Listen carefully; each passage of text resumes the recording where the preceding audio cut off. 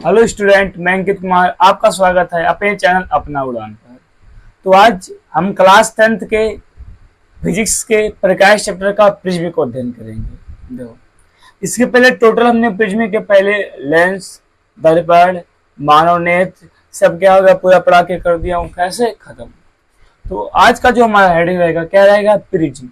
आज हम क्या करेंगे, पूरे प्रिज्म का पूरा खत्म करेंगे। ठीक है, पूरा एकदम प्रिज्म को पढ़ करके खत्म करेंगे जो हमारे क्लास 10 के सिलेबस में है। तो सबसे पहले प्रिज्म क्या होता है, पहले इसको समझते हैं, फिर देखते हैं प्रिज्म से अपवर्तन किस प्रकार से होता है। तो सबसे पहला हेडिंग की बात करें तो सबसे पहले क्या रहेगा, प्रिज्म। क्या रहेगा, प्रिज्म। देखो प्रिज्म क्या होता है, पहले परिभाषा पढ़ते फिर आपको बताते हैं। किसी समान एवं पारदर्शी माध्यम का वह भाग जो क्या हो, जो किसी कोण पर झुके, दो समतल पृष्ठों से घिरा हो, दो समतल पृष्ठों से घिरा हो, उसे क्या कहते हैं, प्रिज्म कहते हैं। बात को समझो, प्रिज्म होने के लिए क्या होना चाहिए, जितने भी पृष्ठ होते हैं उसके वो सबका हो समांग पृष्ठ हो, क्या हो, समांग और पारदर्शी पृष्ठ हो। ठीक है, दो समतल पृष्ठों से घिरा हो, क्या दो समतल पृष्ठों से घिरा हो, तो उस निकाय को क्या कहते हैं, प्रिज्म कहते हैं। जैसे कि यहाँ पर हमारे पास प्रिज्म है, देख सकते हैं आप लोग, ये क्या है, प्रिज्म। ठीक है, तो थोड़ा आपको करीब करीब से दिखा दें। ठीक है, देख सकते हैं, थोड़ा इसके बारे में और हम बात करें। देखो ये जो प्रिज्म है इसमें टोटल अगर मैं बात करूं, ये देखो, एक आपके पास आयताकार वाला भाग है, एक इसके पीछे वाला और एक नीचे वाला, यानी कुल कितने आयताकार भाग हैं, दो। और एक त्रिभुजाकार, एक इधर है और एक क्या इधर। एक प्रिज्म में क्या होते हैं, दो त्रिभुजाकार का भाग होता है और क्या होते हैं, तीन आयताकार आकृतियां होती हैं। क्या होता है, दो त्रिभुजकार आकृतियां होती है और तीन क्या होते हैं, आयताकार आकृतियां होती हैं। तो क्या कहलाता है, प्रिज्म कहलाता है। देखो अगर अब हम देखें ध्यान से थोड़ा, जो हम यहाँ पर फिगर बना है इस प्रिज्म का फिगर है, ध्यान से समझो। जैसे कि एकदम सेम ऐसे बन नहीं सकता है ना, क्योंकि बोर्ड पे बनाया गया है, वैसे मेरा फिगर सही से बनता नहीं है, तो आप लोग सही से बनाइएगा। तो ये जो प्रिज्म है किस प्रकार से बनाया, पहले बात इसे मैं दिखाता हूँ ध्यान से।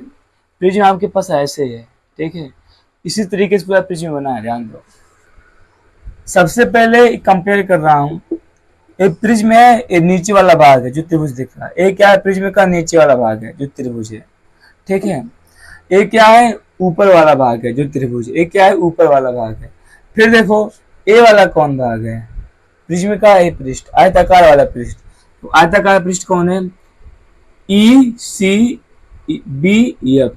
क्या है, ई सी बी एफ। जो ई सी बी एफ है आपका ए वाला भाग है, क्या है, ई सी बी एफ ए वाला भाग है। फिर देखो इसके विपरीत फिर एक क्या है, दूसरा आयताकार भाग है। देखो ई कौन वाला है, डी ई एफ ए। ये क्या है, देखो ध्यान से, D F sorry D E F A. ठीक है, ए आयताकार भाग होगा और ये क्या हो गया, आयताकार भाग। और देखो A B C D, A B C D इसके पीछे वाला ए बी सी। ठीक है, तो यानी कि सेम प्रिज्म बनाया गया है इसी को 3D आकृति का, लेकिन थोड़ा फिगर सही से नहीं बना है, इसलिए मैं आपको प्रिज्म की सहायता से पूरा बताना चाह रहा हूँ। देखो त्रिभुज है, फिर से देख लो, नीचे वाला त्रिभुज हो गया, इधर वाला अपवर्तक पृष्ठ हो गया, इधर वाला हो गया, और इधर वाला क्या हो गया, त्रिभुज हो गया, नीचे वाला क्या हो गया, आयताकार पृष्ठ हो गया। तो देखो यहां से आपका अपवर्तक पृष्ठ क्या होता है और अपवर्तक कोण क्या होता है और अपवर्तक कोण क्या होता है, इस बात को समझो। देखो प्रिज्म का वह पृष्ठ जहां पर क्या होता है, प्रिज्म के दो वह पृष्ठ होते हैं जहां पर प्रकाश का अपवर्तन हो, जिस पृष्ठ से क्या हो, प्रकाश का अपवर्तन हो, उससे हम लोग क्या कहते हैं, अपवर्तक पृष्ठ कहते हैं। अगर हम बात करें अपवर्तक पृष्ठ के बारे में, वह दो पृष्ठ, किसके दो पृष्ठ, प्रिज्म के दो पृष्ठ, इस बात को ध्यान देना। प्रिज्म के वह दो पृष्ठ जो क्या हो, जहां पर क्या होता है, प्रकाश का अपवर्तन होता है, उसे हम लोग क्या कहते हैं, अपवर्तक पृष्ठ। जैसे कि हमारे पास प्रिज्म है, इधर अपवर्तन होगा और क्या होगा, इधर अपवर्तन होगा, तो ये दोनों क्या हो गए, अपवर्तक पृष्ठ। ये क्या हो गया, अपवर्तक पृष्ठ। देखो थोड़ा मार्क करके बता रहा हूँ, तो आप ध्यान से देखिएगा, ये क्या हो गया आपका अपवर्तक पृष्ठ और ये भी क्या हो गया अपवर्तक पृष्ठ, मार्क किया हूँ मार्क, ठीक है। और देखो जो अपवर्तक पृष्ठ है इसके बीच कुछ कोण बन रहा है कि नहीं, अपवर्तक पृष्ठ के बीच देखो क्या है, कुछ कोण बन रहा है, देख सकते हैं आप लोग। इस अपवर्तक पृष्ठ के बने कोण को क्या कहते हैं, अपवर्तक कोण, क्या कहते हैं अपवर्तक कोण। देखो अपवर्तक कोण क्या होता है, लिख दे रहा हूं, अपवर्तक कोण,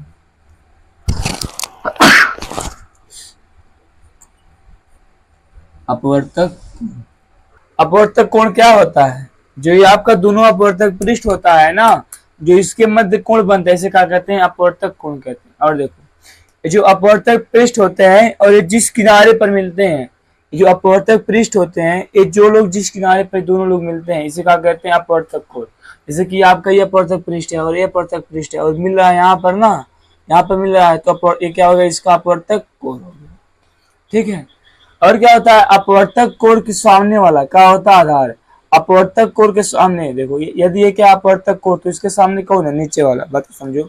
ये देखो ध्यान से, ये क्या है आपका अपवर्तक, क्या है अपवर्तक कोण, तो ये क्या हो गया, नीचे वाला, जो नीचे वाला देख रहे हो क्या हो गया, प्रिज्म का आधार हो गया, ठीक है। ये आपका अपवर्तक पृष्ठ हो गया, ये वाला, ये भी क्या हो गया अपवर्तक पृष्ठ, यहाँ पर दोनों लोग मिले हैं तो ये वाला क्या हो गया अपवर्तक कोण, तो इसके सामने क्या हो गया, ये नीचे वाला प्रिज्म का आधार, ठीक है। और देखो एक चीज, जितने भी प्रकाश किरणें होती है ना, क्या होती हैं, जब प्रिज्म पर आती है तो आधार की ओर, देखो ये क्या अपवर्तक कोण है, यदि ऐसे आएगा तो इसका आधार क्या हो गया नीचे, तो क्या होता है आधार की ओर झुक जाती है। देखो थोड़ा यहाँ से मैं आपको दिखाने का प्रयास कर रहा हूँ, ध्यान से देखो, ये अपवर्तक पृष्ठ है, नीचे वाला इसका क्या आधार, तो जब प्रकाश किरण इस पे आ रही है तो क्या हो रहा है, बोर्ड पे दिख रहा है आपको ना, यानी क्या हुआ, आधार की ओर झुक गया है। ये अपवर्तक पृष्ठ है, ये अपवर्तक कोण है, ये क्या है, प्रिज्म का आधार। प्रकाश किरण ऐसे आया तो क्या हो गया, आधार की ओर झुक गया, क्या हुआ, आधार की ओर झुक गया। इस बात को ध्यान देना आप लोग, तो इतना आप लोग नोट करिए, फिर आगे देखते हैं, ठीक है, पहले इतना नोट कर लीजिए फिर आगे देखते हैं।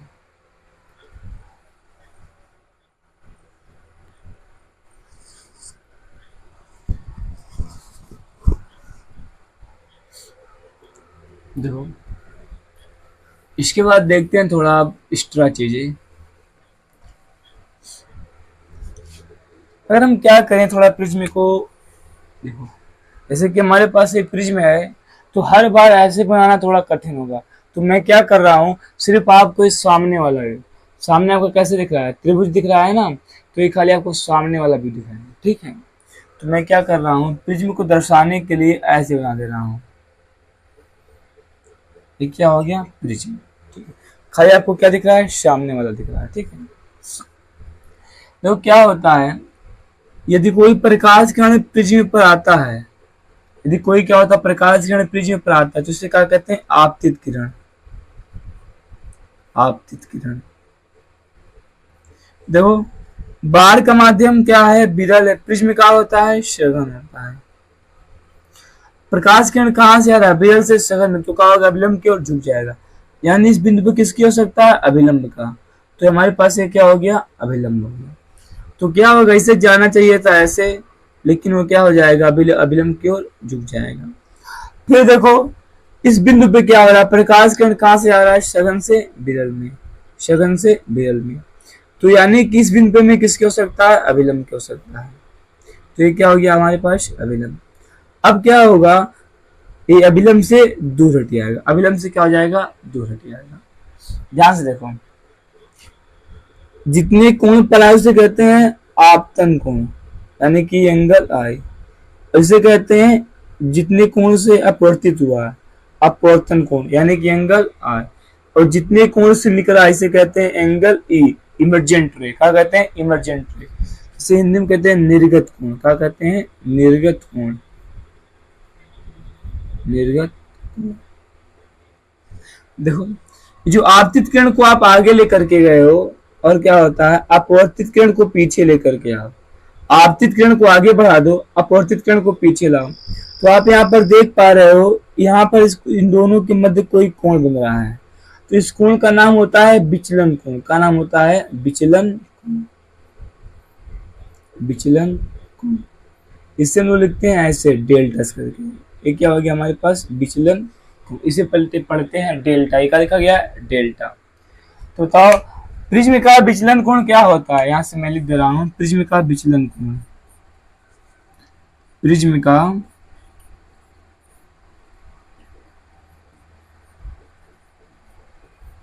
विचलन कोण तो क्या होता है। एक तो आपतित किरण को आगे बढ़ाने पर आपतित किरण कहते हैं, याद रहेगा ना। आपतित किरण को क्या होता है आगे लाने पर, और अपवर्तित किरण को पीछे लाने पर इसका क्या नाम है, अपवर्तित किरण। अपवर्तित किरण को क्या होता है पीछे लाने पर इन दोनों के मध्य जो कोण बनते से क्या कहते हैं, विचलन कोण कहते हैं। इस बात को आप लोग ध्यान दो। देखो क्या होता है विचलन कोण हमारा जो होता है आई पे निर्भर करता है। क्या होता है आई पर निर्भर, यानी कि आपतन कोण पर निर्भर करता है। एक बात ध्यान दो, तो यहां से आप एक चीज याद रखोगे, तो प्रैक्टिकली प्रूवड ऐसा पाया गया है। देखो मैं ग्राफ बना रहा हूं यहाँ पर। देखो क्या होता है एक जो हमारा ग्राफ है किसके किसके बीच है, जो हमारा ग्राफ होता है डेल्टा और आई के बीच है, डेल्टा और आई के बीच है। देखो सबसे पहले यहाँ पर इस प्रकार से कुछ पाया गया है, तो ग्राफ बना के आपको ऐसे बता देना, छोड़ इसका काम नहीं पड़ेगा, ठीक है। तो प्रैक्टिकली ये प्रूफ है, आप समझ सकते हो। जब आई का मान बढ़ता है, सबसे पहले कुछ समय आई का मान बढ़ता है तो क्या होता है डेल्टा भी क्या होता है धीरे धीरे बढ़ता है, हमेशा नहीं होता है। ध्यान से देखो सबसे पहले क्या होता है आई बढ़ता है डेल्टा, ये क्या है डेल्टा मतलब विचलन कोण भी बढ़ता है। यह हमेशा के लिए नहीं होता है, एक कुछ विशेष क्षण के लिए। सबसे पहले मान लो आप इस पॉइंट से इस पॉइंट तक में यहाँ पर आई बढ़ा तो क्या था, यहाँ पर डेल्टा बढ़ रहा था। लेकिन एक ऐसा निश्चित पॉइंट आ जाता है जब आप क्या करते हो आई के मान को बढ़ाते हो तो क्या होता है डेल्टा कम होने लगता है। क्या होता है डेल्टा कम होने लगता है। सबसे पहले क्या होता है आई बढ़ाने पर डेल्टा क्या होता है बढ़ता है, लेकिन एक ऐसा समय आ जाता है कि आई का वह मान हो जाता है जहां पर डेल्टा का हो जाए सबसे कम हो जाए, सबसे कम हो जाए। तो इस स्थिति में क्या कहते हैं न्यूनतम विचलन कोण। क्या कहते हैं न्यूनतम विचलन कोण। तो उसे भी लिख दे रहा हूं न्यूनतम विचलन कोण क्या होता है। इसके लिए इरेज करना पड़ेगा, इरेज कर दे रहा हूं, आप स्क्रीनशॉट मान लीजिए, लिख लीजिए। न्यूनतम विचलन कोण क्या होता है, यहाँ पर आपको लिखाया गया है। सबसे पहले क्या होता है आपतन कोण के मान को बढ़ाने पर पहले क्या होता है विचलन कोण का मान बढ़ता है, परंतु एक ऐसा समय आ जाता है कि आपतन कोण को जैसे मान को बढ़ाते तो क्या होता है विचलन कोण घटने लगता है। और एक निश्चित आयतन क्या कहते हैं एक विशेष आपतन कोण के लिए जो विचलन कोण होता है वो कम से कम न्यूनतम हो जाता है। उस स्थिति में हम क्या कहते हैं न्यूनतम विचलन कोण कहते हैं। तो यहाँ से आप न्यूनतम विचलन कोण के बारे में थोड़ा लिख सकते हैं। तो इसके बाद देखते हैं प्रिज्म द्वारा अपवर्तन के बारे में। इसे इरेज कर दे रहा हूं।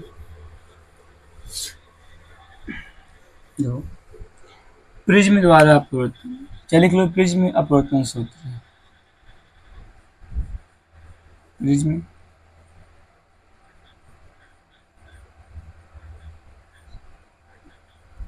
के लिए अपवर्तन सूत्र,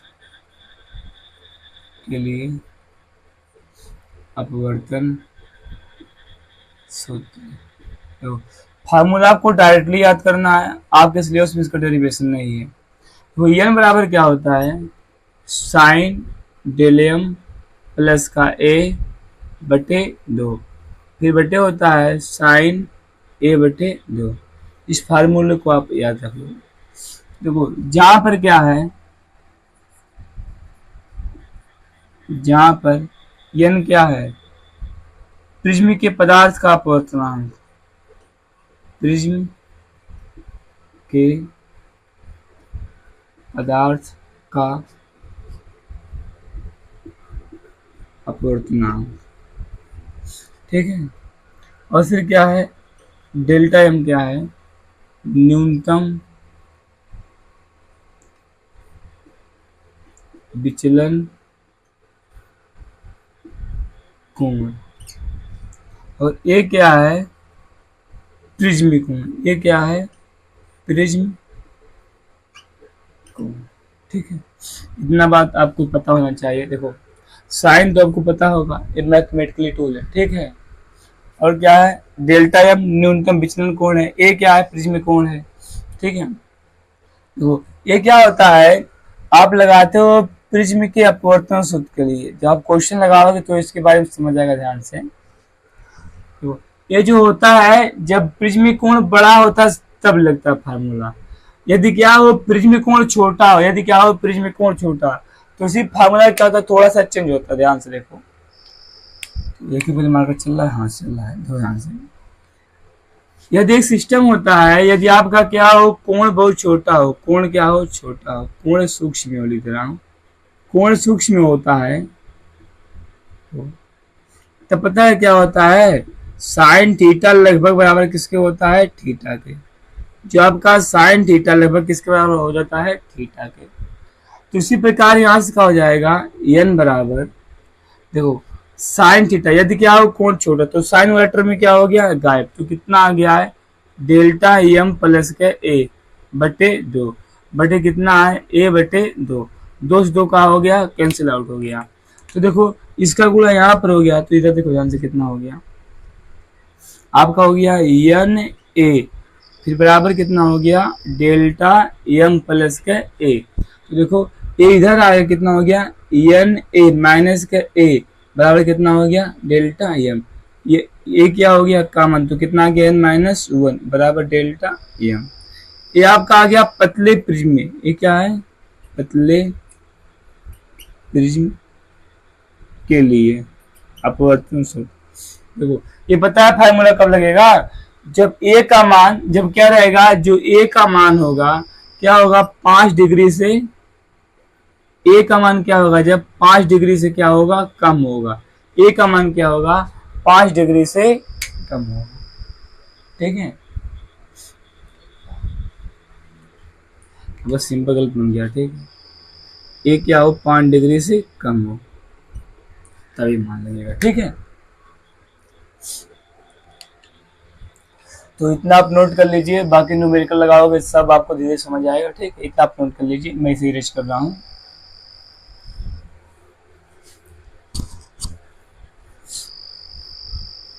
देखो जैसे कि यहाँ पर हमने क्वेश्चन लिख दिया, एक क्वेश्चन लिखे हैं, ठीक है। बाकी जो न्यूमेरिकल वाला वीडियो रहेगा, इसको हम क्या करेंगे, एक अलग वीडियो बना देंगे। टोटल जितना न्यूमेरिकल रहेगा आपका, जो भी होगा 1 घंटा आधा घंटा का, उसमें आपका इम्पोर्टेंट क्वेश्चन जितने भी प्रकार चैप्टर के हैं सब उसको मैं ऐड कर दूंगा, ठीक है। तो अभी फिलहाल देखो आप लोग, सबसे पहले लिख लो, दिया गया है क्वेश्चन में, दिया है क्या है, एक प्रिज्म का प्रिज्म कोण, प्रिज्म कोण कौन होता है, ए, कितना होता है, ए कितना दिया है, 60 डिग्री, तथा अल्पतम विचलन कोण, अल्पतम को न्यूनतम भी कहते हैं, ठीक है, कितना है, 38 डिग्री, यानी कि डेल्टा एम कितना है, 38 डिग्री। फिर देखो कह रहा है प्रिज्म के पदार्थ का अपवर्तनांक, यानी कि क्या ज्ञात करना है, एन ज्ञात करना है। फार्मूला आपके पास क्या होता है, एन बराबर साइन डेल्टा एम प्लस ए बटे दो, फिर क्या होता है बटे साइन ए बटे दो, एन आपको ज्ञात करना है, ठीक है। तो देखो एन बराबर कितना हो गया, साइन डेल्टा एम कितना है, 38, कितना है 38, प्लस के ए कितना है 60 बटे दो, फिर बटे साइन ए कितना है 60 बटे दो, काट दो ध्यान से देखो, 38 60 कितना हो गया 98, यानी कि साइन 98 बटे दो, फिर बटे साइन 60 बटे दो, दो एक अन्नम दो, दो 30 दूना 60, दो एक अन्नम 49 दूना 98। तो यहाँ से बराबर कितना आ गया, साइन 49 बटे साइन 30। तो साइन 49 का मान कितना होता है, 0.75, 0.75। और देखो साइन 30 का मान कितना होता है, 1/2, 1/2। तो क्या हो गया, 2 का गुणा ऊपर हो गया, 75 दूना 150, यानी कि 1.5। कितना आ गया प्रिज्म के पदार्थ का अपवर्तनांक, 1.5।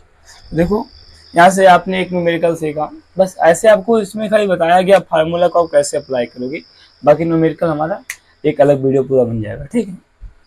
तो यहाँ से आपने सीखा प्रिज्म के कुछ क्वेश्चन और प्रिज्म के बारे में। तो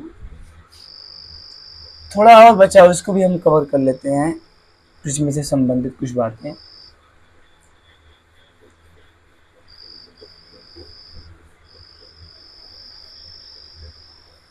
देखो, अतः प्रकाश का वर्ण विक्षेपण क्या होता है? प्रकाश का वर्ण विक्षेपण देखो ध्यान से क्या होता है, प्रकाश का वर्ण विक्षेपण। देखो जैसे कि आपके पास एक प्रिज्म है, एक क्या है? प्रिज्म। जब प्रिज्म पर क्या होता है, सूर्य का श्वेत प्रकाश आता है ना, तो क्या होता है, वह 7 रंग में बट जाता है। तो क्या होता है, वह अपने 7 रंगों में बट जाता है। और इसी घटना को क्या कहते हैं? प्रकाश का वर्ण विक्षेपण। क्या कहते हैं? प्रकाश का वर्ण विक्षेपण। तो आप लोग लिख सकते हैं, जब सूर्य का श्वेत प्रकाश किसी प्रिज्म पर आपतित होता है, तो क्या होता है, वह अपने 7 रंगों में विभक्त हो जाता है। इस घटना को क्या कहते हैं? प्रकाश का वर्ण विक्षेपण कहते हैं। चलो देखो लिखते हैं। देखो, प्रकाश का वर्ण विक्षेपण क्या होता है? जब श्वेत प्रकाश प्रिज्म पर आपतित होता है, तो वह अपने 7 रंगों में विभक्त हो जाता है। इस घटना को क्या कहते हैं? प्रकाश का वर्ण विक्षेपण। बस इसका हम फिगर बना, ध्यान से देखो। ये हमारे पास क्या है? प्रिज्म है। कोई प्रकाश किरण, कौन प्रकाश किरण? श्वेत प्रकाश किरण इस पे क्या हो रहा है? आ रहा है। तो क्या होगा, यह 7 रंग में बट जाएगा। ध्यान से देखो,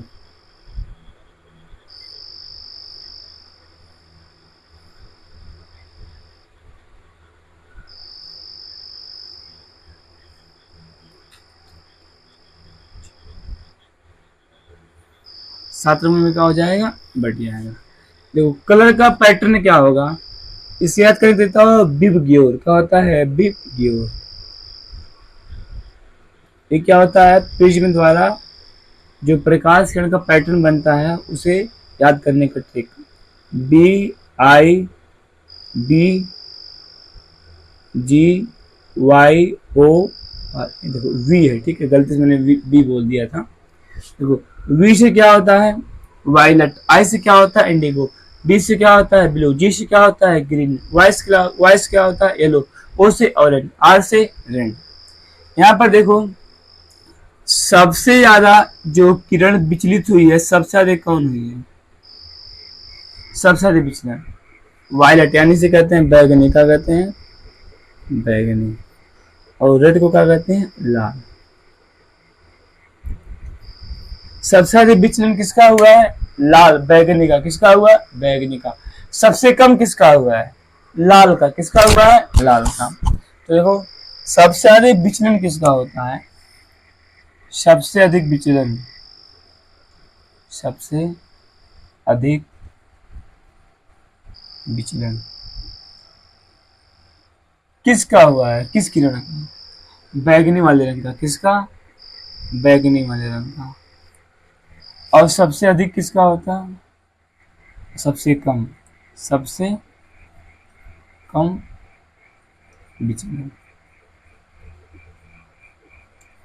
सबसे कम कौन विचलित हुआ है? लाल वाला। देखो एक बात आप ध्यान दो, लाल वाला का तरंग दैर्ध्य क्या होता है? सबसे अधिक होता है। इसका जो होता है तरंग दैर्ध्य,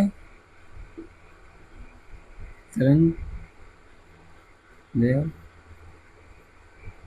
सबसे अधिक होता है। क्या होता है? सबसे अधिक होता है। और इसका क्या होता है? सबसे कम होता है। तरंग दैर्ध्य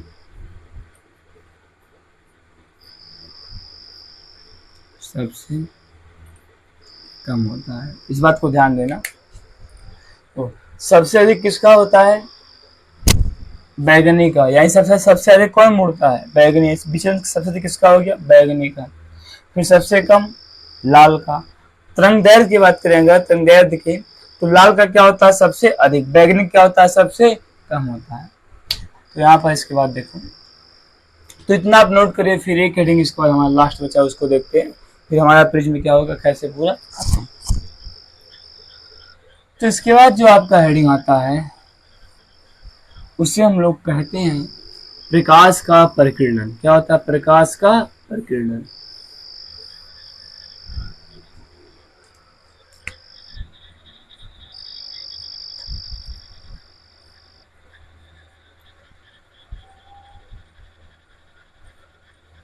परिकिरण।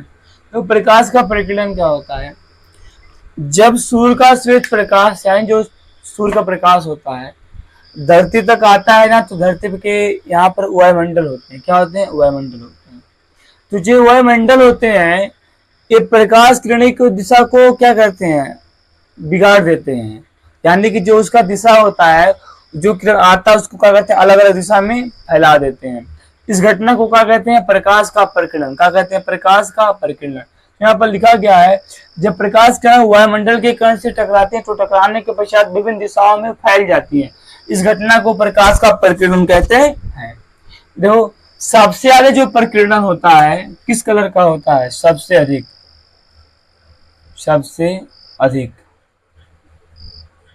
परिकिरण, सबसे अधिक परिकिरण आपका होता है नीले रंग का। किसका होता है? नीले रंग का। और सबसे कम किसका होता है?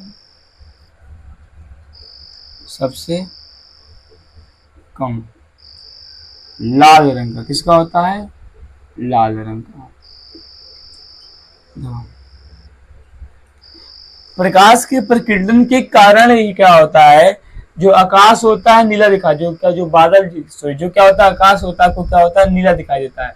वैसे आकाश का रंग कैसा होता है? काला होता है। ठीक है, लेकिन नीला को क्यों दिखाई देता है? बात को समझो। जैसे कि आपको पता है जो आकाश होता है यहाँ से प्रकाश किरण मान लो आती है ऐसे बहुत सारे खुले, जो वायुमंडल की क्या होती है? कण होती है। सबसे ज्यादा प्रकीर्णित किसको करती है? नीला रंग को। यानी जैसे ही नीला रंग आएगा इसको क्या करेगा? पूरे ऐसे ऐसे क्या हो जाएगा? भिन्न भिन्न दिशाओं में फैला देगा। जिससे क्या होगा? पृथ्वी पर स्थित कोई एक प्रेक्षक रहेगा, यदि वस्तु को देखेगा, सूर्य यदि क्या करेगा? आकाश को देखेगा तो क्या दिखाई देगा? उसे नीला दिखाई देगा। क्योंकि आपको पता है क्या होता है? जो वायुमंडल में कण होते हैं, जो नीला कलर का प्रकाश होता है इसको सबसे ज्यादा क्या करता है? फैला देता है। इसलिए क्या होता है? आपको आकाश नीला दिखाई देता है। लेकिन क्या करते हो, जब आप वायुमंडल के बाद से देखोगे तो आपको आकाश क्या होगा? काला दिखाई देगा। जैसे कि अंतरिक्ष यात्री हो गए, उनको आकाश किस कलर का दिखाई देता है? काले रंग। किसका दिखाई देता है? काले रंग। आकाश का वास्तविक कलर कौन सा होता है? काला रंग। हमको नीला क्यों दिखाई देता है? प्रकाश के परिकिरण के कारण। तो यहाँ से जितना मतलब हमारा टॉपिक था पूरा प्रिज्म से संबंधित पूरा क्या हो गया? खत्म हो गया। ठीक है, बाकी जो बचा है अगले वीडियो हम देखेंगे। तो आज की वीडियो में बस इतना ही। मिलते हैं नेक्स्ट वीडियो, तब तक के लिए bye bye. Thanks watching for video.